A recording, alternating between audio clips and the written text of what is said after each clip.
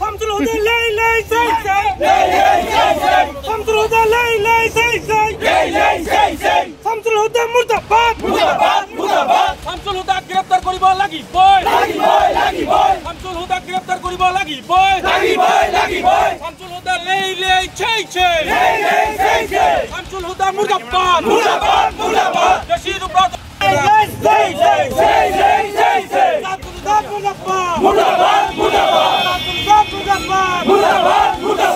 আমার দৈঘোৱা বাজাৰ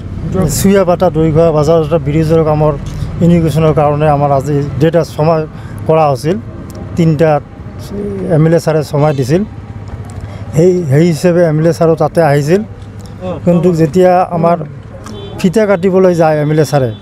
তেতিয়া MLA ছাৰে কি কৰিল কলা গাছটো সৰু থকাৰ কাৰণে মানে কৈছে সেইটো কল যে এইটো এৰেঞ্জমেণ্ট কোনে কৰিছে তাৰ পৰা কোনোবা কৈছে যে এইটো শহীদুৰ নামৰ এটা ল'ৰা আছে তেখেতে কৰিছে তাই MLA ছাৰ ক'লে এইটো শহীদুৰ নাম ল'ৰাটোক মাতকচোন মোক মাতিল মোক ক'লে যে পুষ্কুল যিহেতুকে আগত এইবিলাক কৰিছে নেকি আগত পুষ্কুল তোৰ ঘৰ ক'ত মোৰ ছাৰ মোৰ ঘৰটো গৰুপুৰ আগত এইবিলাক এনেকুৱা কৰা নাই মই ছাৰ এইটো আমি এনেকুৱা ডাঙৰ কাম কৰা নাই সৰু সুৰা কাম কৰিছোঁ তাতে খালি নেম প্লেটটো হ'লে আছিল আৰু বেলেগ না আছিল ইয়াত ডাঙৰ কাম এইবাৰে প্ৰথম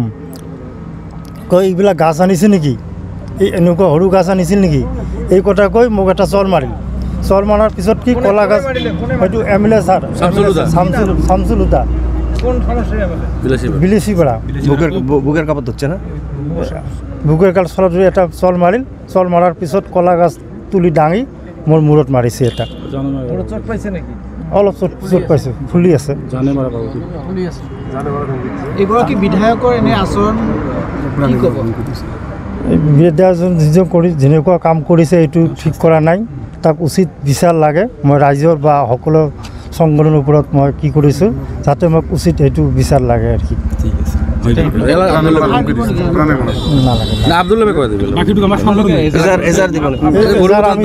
গৰুপুৰ থানাত মানে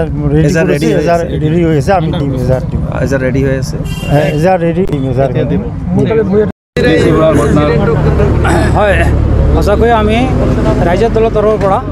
আজি যিটো অনাকাংক্ষিত যিটো ঘটনা সংঘটিত হৈছে তাৰ কাৰণে আমি ধিক্কাৰ জনাইছোঁ তীব্ৰ গৰিহণা দিছোঁ আমি অনতি পলমে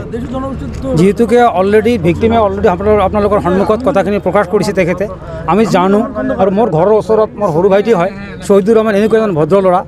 তেখেতে আমি কেতিয়াও শুনা নাই তেনেকৈ তাৰ মানে দুৰ্ব্যৱহাৰৰ কথা আমি শুনা নাই আৰু তেখেতে এজন মানে শিক্ষিত বেকাৰ যুৱক ল'ৰা তেখেতে কোনোবা কণ্ডাক্টৰৰ আণ্ডাৰত কিবা দেখাশোনা কৰাৰ কাম কৰি থাকে গতিকে তেখেতে দুখী আৰু শিক্ষিত ল'ৰা চাকৰি বাকৰি নাই তেখেতে তেনেকৈ কাম কৰে গতিকে তেখেতৰ কৰ্মৰ কাৰণে তেখেতে বিলেসিপাড়ালৈ গৈছিল কিবা এটা কাৰণত সামান্য ত্ৰুটিৰ কাৰণে বিধায়কজনে ৰাজহুৱাকৈ যিধৰণে তাক অপমান কৰিছে শাৰীৰিকভাৱে অপদস্থ কৰিছে মাৰধৰ কৰিছে তাক আমি ধিক্কাৰ জনাইছোঁ গৰিহণা দিছোঁ আৰু